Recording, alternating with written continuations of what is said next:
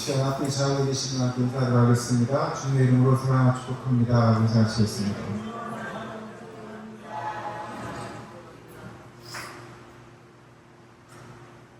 반갑습니다. 이번 주부터는 넥타이를 시작할까 했었는데 이번 주까지도 에어컨이 아직 공설하지 못했습니다.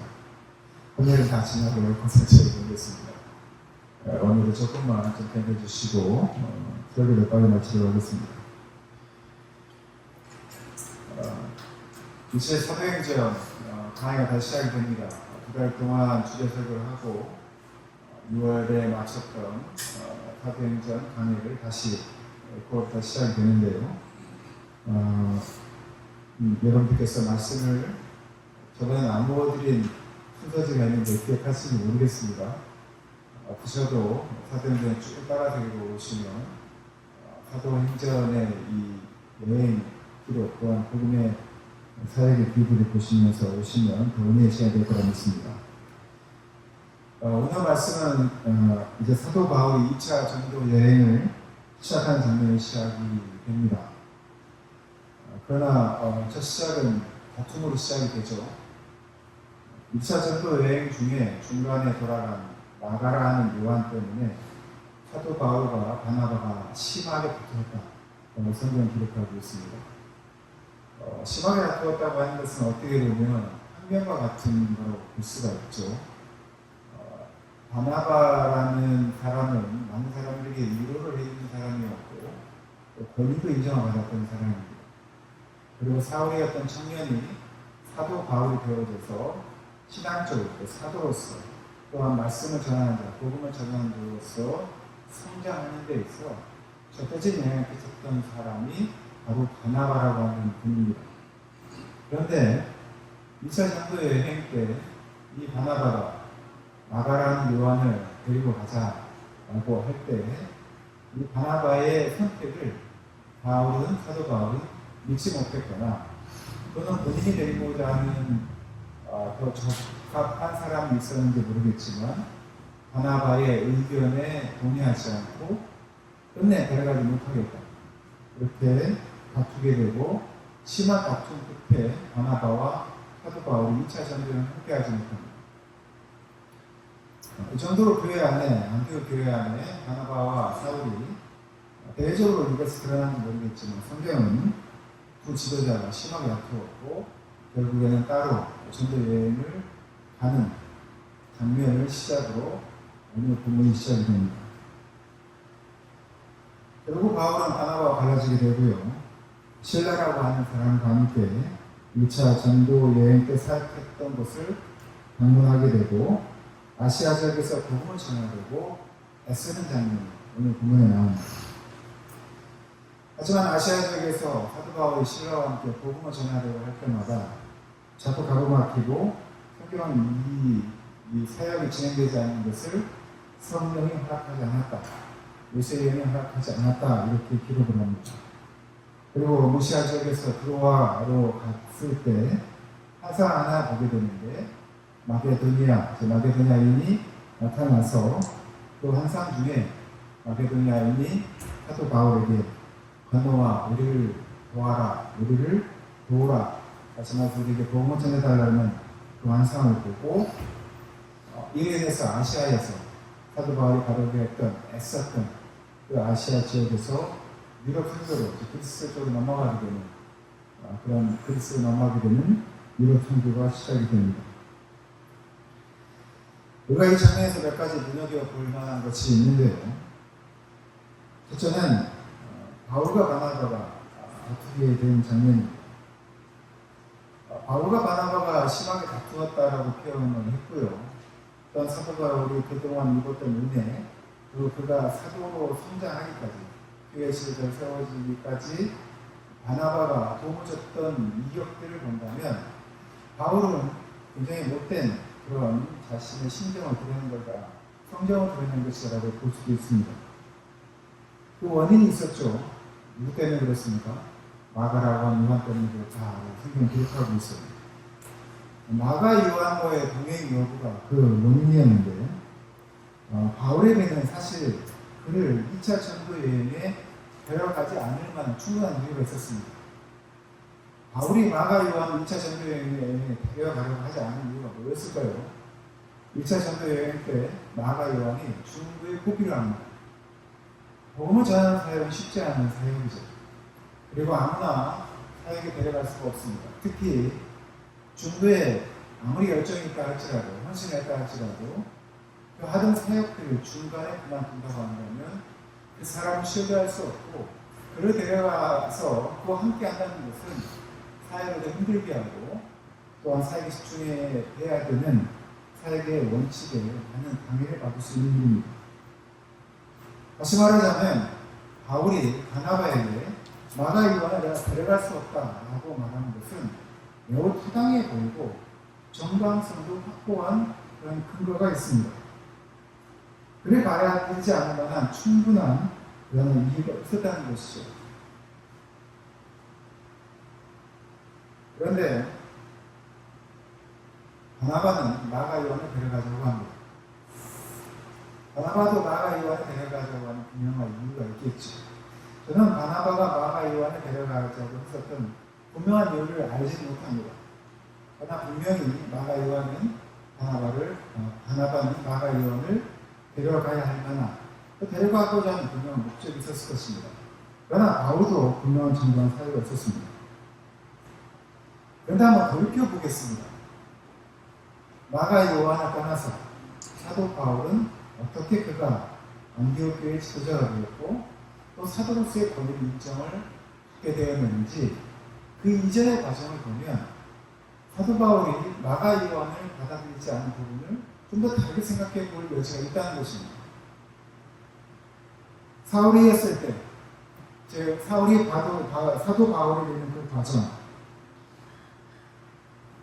이 바울을 예루살렘에 있던 예수님의 제자들과 사도들과 성도들이 예루살렘 교회에 받아들이지 못할, 아니 그러지 말아야 될 충분한 이유들이 많았습니다.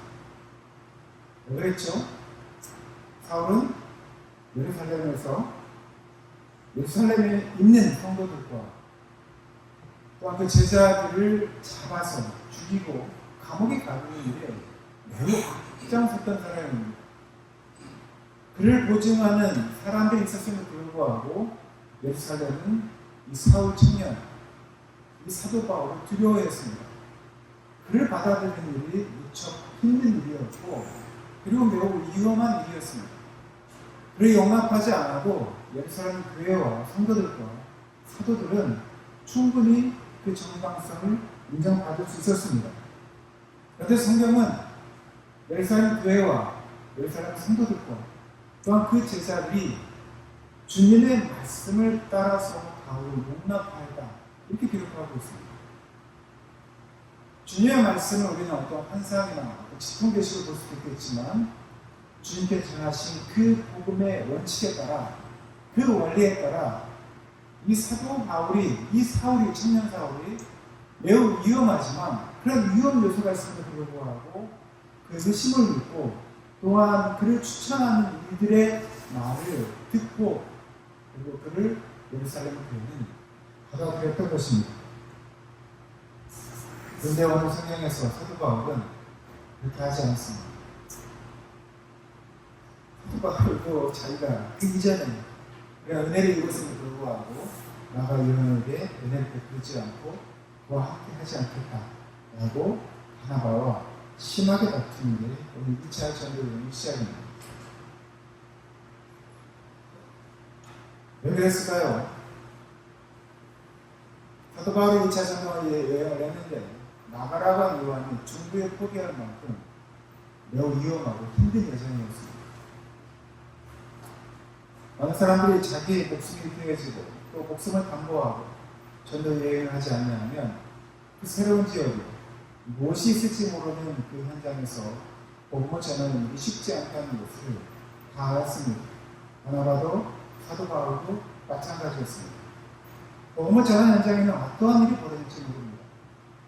아주 편할 수도 있고 목숨을 걸고 해야 되는 경우도 있습니다. 그럼에도 불구하고 바나바는 마가 요한을 데려가자고 했고, 그 마가 요한이 중도에 포기할 수밖에 없는 그런 상황들이 있었을 것입니다. 어쩌면 나가이와는 용기가 없었을지도 모릅니다. 그리고 그러한 모든 상황을 아는 사도 바울은 2차 전도 여행을 1차 전도 여행처럼 준비하지 않았을 것입니다. 2차 전도 여행을 준비하고 시작하는 바울에게서는 1차 전도 여행보다 더 크고 원대한 꿈과 열정이 있었을 것입니다. 내가 좀 더 열심히 복음을 전했다고 하면 더 많은 사람들이 복음을 들었을 것입니다. 내가 그곳에 가서 내 목숨을 걸고 더 열심을 내서 복음을 전하고 그 사람들을 구원시켜야 할 텐데 라고 생각하며 그 열정을 가지고 2차 전도 여행을 준비했을 것입니다. 그래서 그는 나약해 보입니다. 2차 전도 여행 때 중도에 포기해버린 그 마가이온이 요한이 탐탁지 않았을 것이고 그를 데려가지 않는 것이 마땅하다 이렇게 생각했을 것입니다. 마음에 들지 않았던 것이죠. 이렇게 본다면 그의 사역은 또한 그 사역의 명분은 분명했고요. 그리고 정당성도 있어 보입니다. 이게 우리가 눈여겨볼 첫 번째 장면입니다. 두 번째 눈여겨볼 것이 있습니다. 그러함에도 불구하고 바울이 1차 전도 여행에서 부족한 것들을 더 강화해서 2차 선도여행, 2차 전도 여행을 준비하고 신료와 함께 나아갔음에도 불구하고 그러나 성령께서 이 바울의 사역을 막고 계시다는 겁니다. 사도행전 16장 6절에 보면 이렇게 기록이 되어 있습니다. 성령이 아시아에서 말씀을 전하게 못하게 하셨다라고 되어 있습니다. 바울은 이 아시아 지역에서 자기가 전하는 복음 사역에 막히는 이유를 성령께서 나를 막고 있다라고 분명히 얘기하고 있었습니다. 이렇게 언급한 것은 성령께서 자기의 사역을 아시아 성경에 막고 있다라고 언급한 것은 분명 자기가 사도 바울이 하나님의 일을 위해서 나섰지만 그 각각의 길에서 막히는 것들을 경험했기 때문입니다. 그는 그 현상을, 그 상황을 하나님께서 막으셨다라고 고백하는 것입니다. 아시아 선교에 대한 원대한 꿈과 열정이 있었던 바울. 자신의 사역에 맡기는 것을 보면서 매우 심각하게 고민했을 것입니다. 본인이 분명히 목적한 게 있었고, 또한 2차 전도여행을 통해서 겪었던 많은 실패와 실수와 또한 복음의 열매들을 생각하며 2차 전도 선교여행을 계획했는데 이게 잘 풀리질 않는 겁니다. 복음을 전하는 게 쉽지가 않은 것이고, 그리고 가는 길마다 막히는 그 상황을 처하게 됩니다.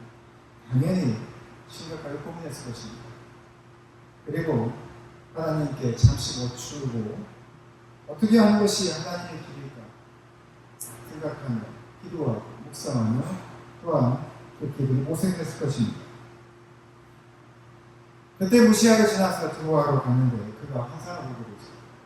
그도 중에 환상을 보게 됐는데 그 환상 가운데 마케도니아 사람이 나타나서 건너와서 우리를 도우라 라고 하는 그 이야기를 환상을 보게 됩니다.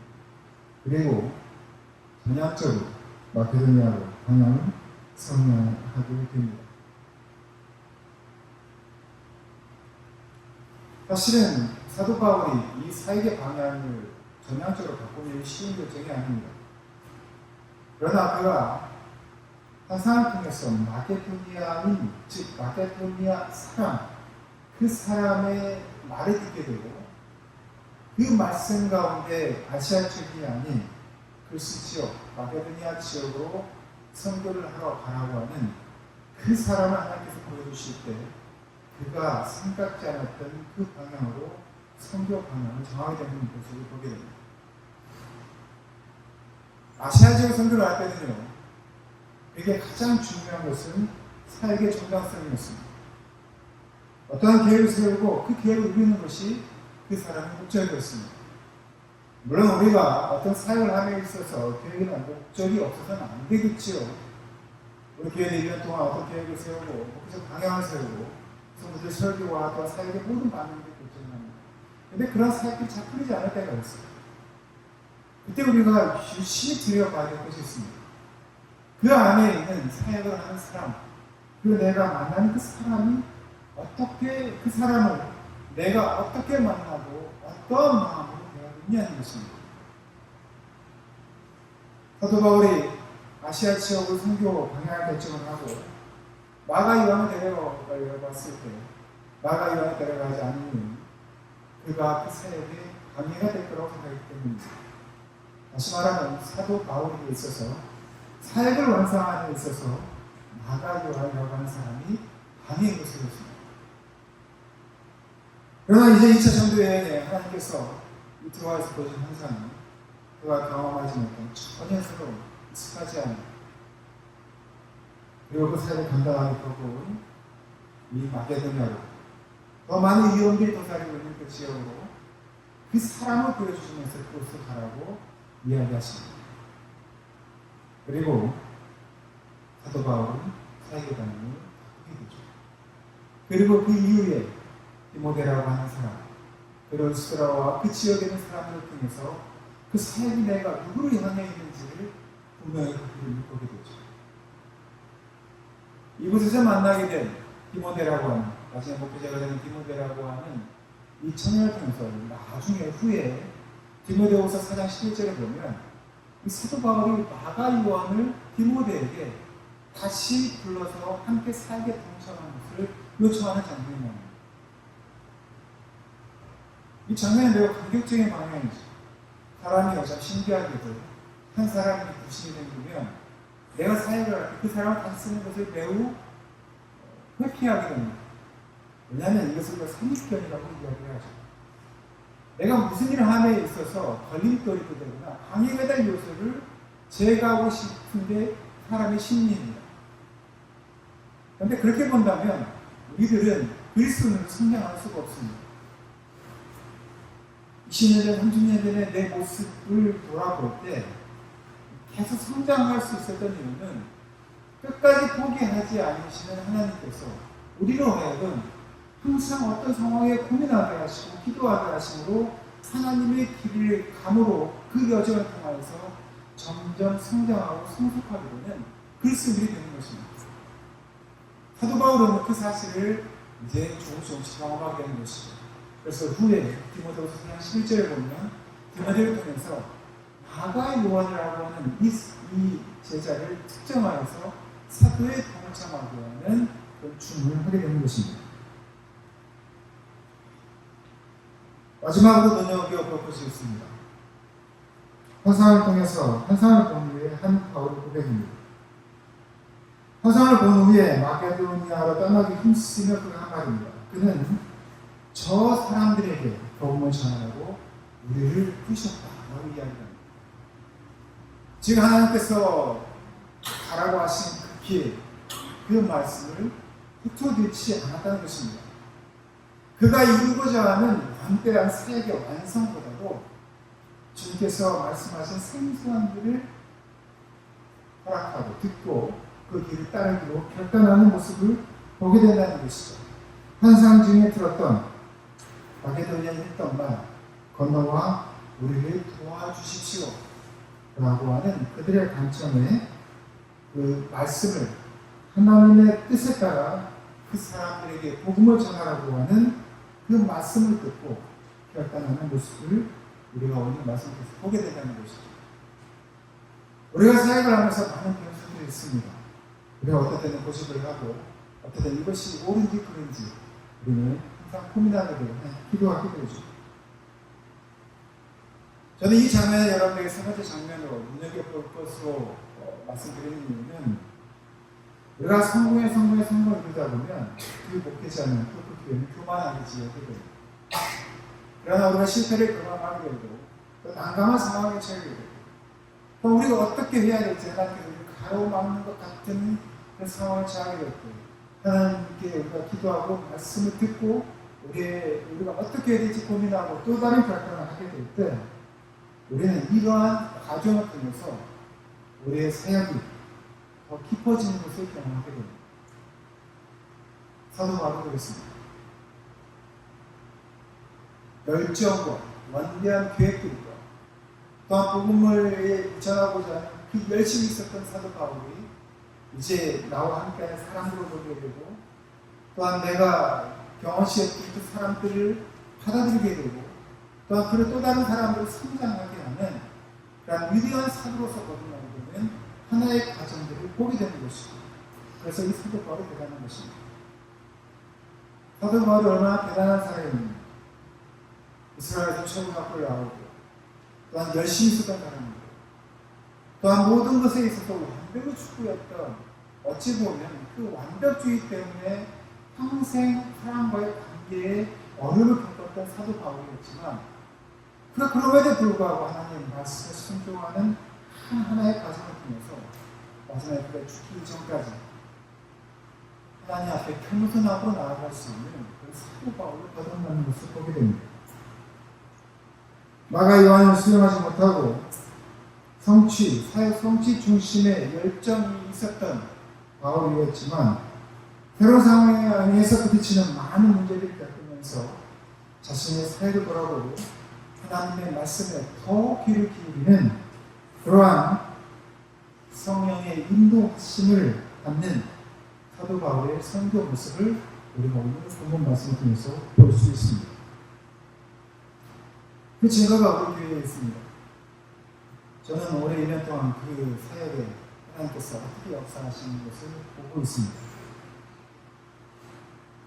저희 교회 TFC가 돌아오게 된 건 정말 제가 결정한 게 아니라 결정하고 나서 사실 후회됐던 일이었지만, 그 후회가 참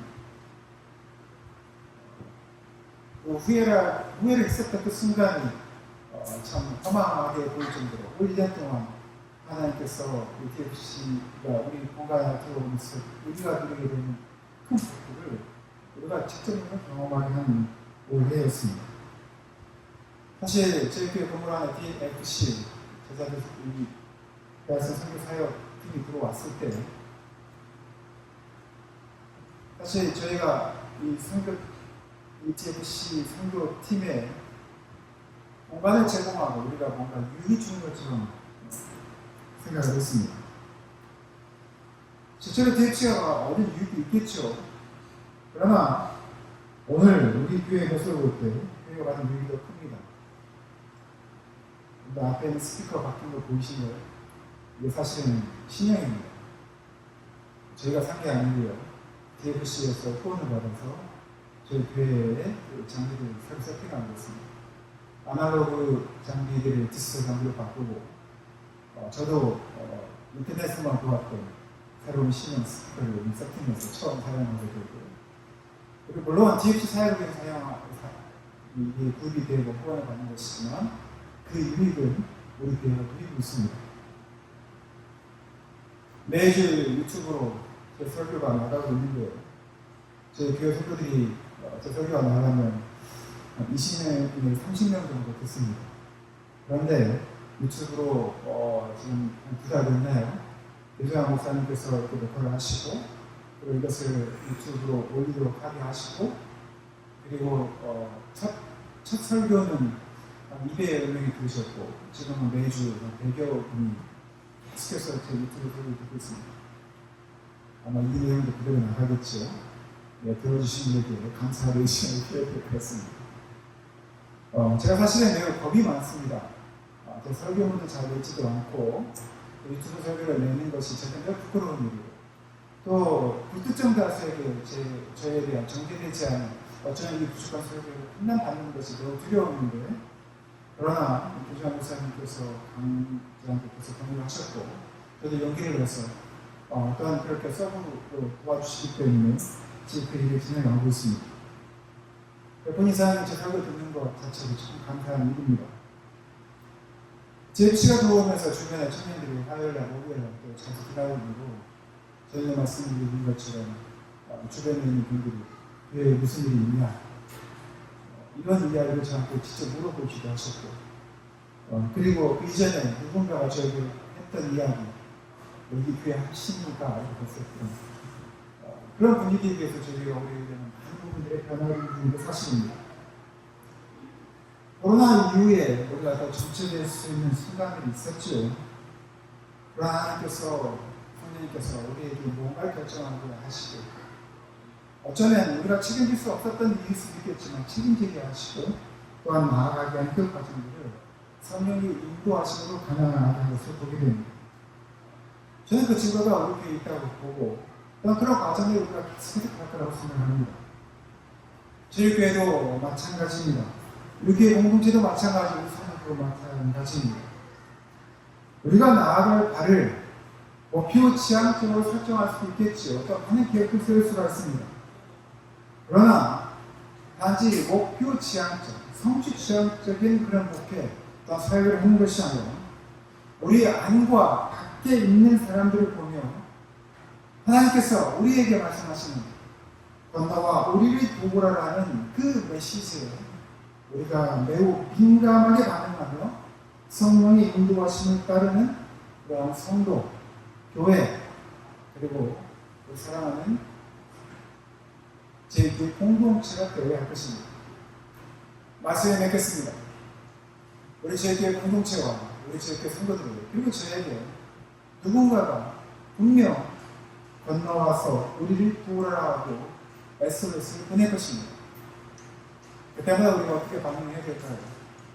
사랑하는 제2 성도 여러분, 그러한 부름을 성령 인도하시면 우리가 거부하기보다는 그 인도하심에 따름으로 성령의 위대하신 역사가 사역들이 이루어지는 그 현장에 우리가 있고 또한 그 현장을 만들어가고 하나님 나라의 확장해 가는 그 일을 우리 제2교회 공동체와 성도들이 함께 동참하기를 바랍니다. 우리가 5년 후에 아니 10년, 20년 후에 이 자리에서 어떤 고백을 하게 될지 모릅니다. 야, 저기가 그럴 때가 있었지.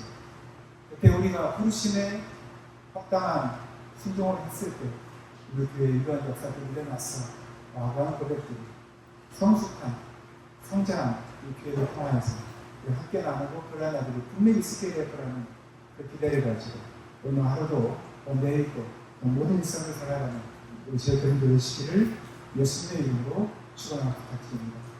이렇게 기도하고 있습니다.